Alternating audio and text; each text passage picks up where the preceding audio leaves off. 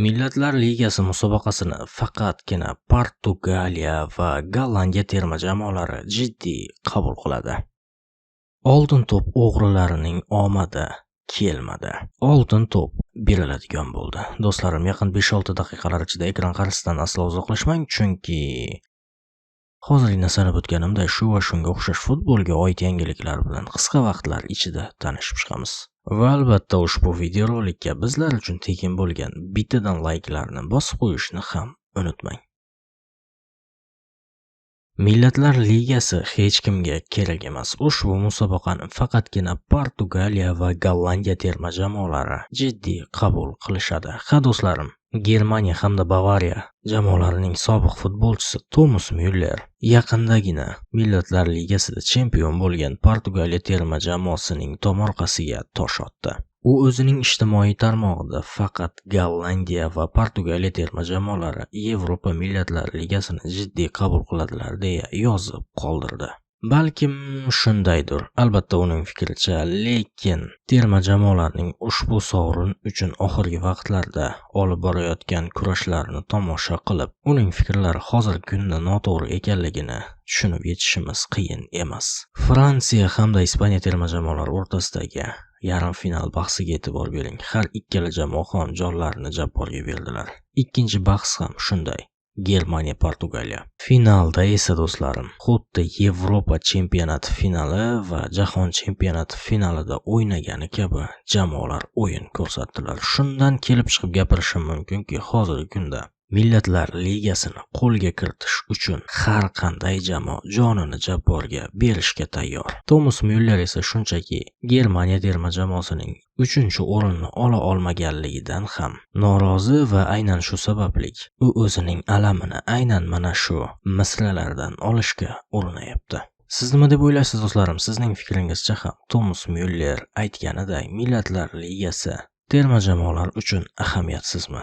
Yoki aksincha, bu haqidagi fikringizni kommentariyada kutib qolaman. Do'stlarim, agar esingizda bo'lsa, bundan oldingi dasturlarimizdan birida Barselona klubi murabbiylar shtabi Ter Shtegenga chiqish eshiklarini ko'rsatganligini va jamoadan haydaganligini ma'lum qilgandik. Endi esa Fabrizio Romanoning berayotgan xabariga ko'ra, Barselona uning o'rnini egallash uchun darvozabon topib qo'ygan va u bilan allaqachon shartnoma ham imzolagan. Jurnalistning berayotgan xabarga ko'ra, Joan Garcia Barselona bilan shartnoma imzolab bo'lgan va tomonlar o'rtasidagi shartnoma 2030-yilning yozigacha mo'ljallangan. Umid qilamizki, Barselona yangi darvozabon bilan yangi qo'rg'on qura oladi. Kevin De Bruyne arab sheyxlarining jaraq pullaridan voz kechdi. Ha do'stlarim, Belgiya terma jamoasining miyasi Kevin De Bruyne Yevropada qolishga qaror qildi. Berilayotgan xabarlarga ko'ra, belgiyalik futbolchi va Napoli klubi 2 yillik shartnoma imzolaydilar va shartnomani yana 1 yilga uzaytirish majburiyati ham bo'ladi. Ya'ni klub Kevinning o'yinidan qoniqish hosil qilsa va istasa 1 yilga shartnomani uzaytira oladi. Agar aksincha bo'lsa, futbolchi bilan shartnomani uzaytirmaslik huquqiga ega bo'ladi. Ma'lumot tariqasida eslatib o'taman do'stlarim, Saudiya Arabistoni klublari futbolchini o'z safiga qo'shib olish uchun unga otning kallasiday maosh va'da qilayotgandi, lekin Kevin arablarning pulini emas, Yevropadagi faoliyatni tanladi.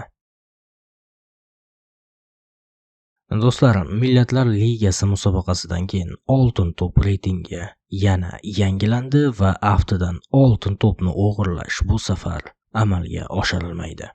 Gap shundaki, Oltin to'pning yangilangan reytingida ham Usmon Dembele ushbu mukofotni qo'lga kiritish uchun 1-o'rinda qoldi. 2da esa Lamin Yamal Rafinhani ortda qoldirdi. Menimcha qolgan o'rinlar bilan tanishib chiqish bu unchalik ham muhim narsa emas, chunki Oltin to'pni 1, 2, 3 reytingda turgan futbolchilardan biri qo'lga kiritishi bu aniq. Chunki ushbu ro'yxatda Manchester City yarim himoyachisi Rodri yo'q. Va menimcha katta ehtimol bilan Usmon Dembele ushbu mukofotni qo'lga kiritsa adolatdan bo'ladi, chunki u Paris Saint-Germainning hozirgi kundagi yetakchisi. Paris Saint-Germain esa o'zi qatnashayotgan barcha musobaqada g'olib chiqdi. Albatta, ba'zi birovlar Lamin Yamalga ushbu oltin to'pni olib berishni maqsad qilishdi, chunki ular Millatlar Ligasida g'olib bo'lishga 100% ishonchlari komil edi. Lekin yakunda Lamin Yamal to'xtatildi.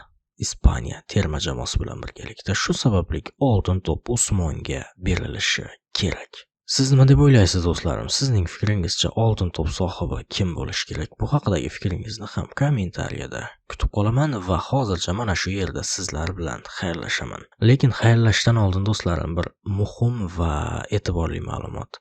Ushbu videorolikning kommentariyasida 5 million so'mlik Telegram kanalining manzilini qoldiraman. O'sha manzil orqali o'tib Telegram kanaliga o'tasiz va o'sha yerda yana bitta manzil bo'ladi. O'sha manzildan ro'yxatdan o'tgan holda 5 million so'mga ega chiqishingiz mumkin bo'ladi. Ushbu ishlarni amalga oshiring va o'zingizga tegishli 5 million so'mni rasmiylashtirib oling. Keyin esa har doimgiday xohlasangiz 5 million so'mni istalgan bank hisobingizga olib chiqib keting, istasangiz uni kompaniyada ko'paytiring. Bu yog'i endi sizning ixtiyoringiz. Lekin do'stlarim, eng muhimini unutmang. Futbolni sevib, u bilan yashashda davom eting. Omon bo'ling.